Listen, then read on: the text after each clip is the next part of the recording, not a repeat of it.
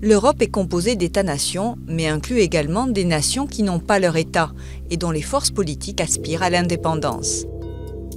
L'Écosse a rejeté l'indépendance en septembre 2014 à 55%, mais un nouveau référendum d'autodétermination pourrait y être organisé après les négociations sur le Brexit. La Catalogne, région la plus riche d'Espagne, se rêve indépendante du reste du pays. Les indépendantistes y ont obtenu la majorité au Parlement régional en septembre 2015. Contre l'avis de Madrid et celui de la Cour constitutionnelle, un référendum d'autodétermination doit se tenir le 1er octobre 2017, sous l'œil attentif des séparatistes basques.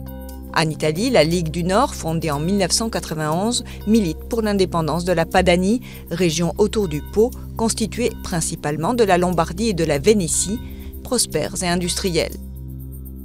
La Corse est la seule collectivité en France à disposer d'un statut particulier. Malgré cette autonomie, des partis nationalistes arrivés en tête des élections régionales, en décembre 2015, aspirent à l'indépendance totale. Dans le Pacifique Sud, l'archipel français de la Nouvelle-Calédonie doit organiser au plus tard en novembre 2018 un référendum d'autodétermination.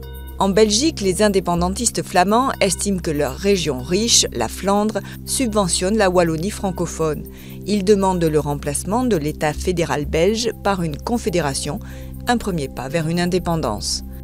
La découverte de gisements de pétrole et de gaz a renforcé les aspirations indépendantistes des îles Féroé. Ce territoire de 18 îles bénéficie d'un statut d'autonomie interne par rapport au Danemark. L'archipel doit organiser un référendum sur une nouvelle constitution en avril 2018. Jusqu'à maintenant, aucun territoire de l'Union européenne n'a effectivement déclaré son indépendance.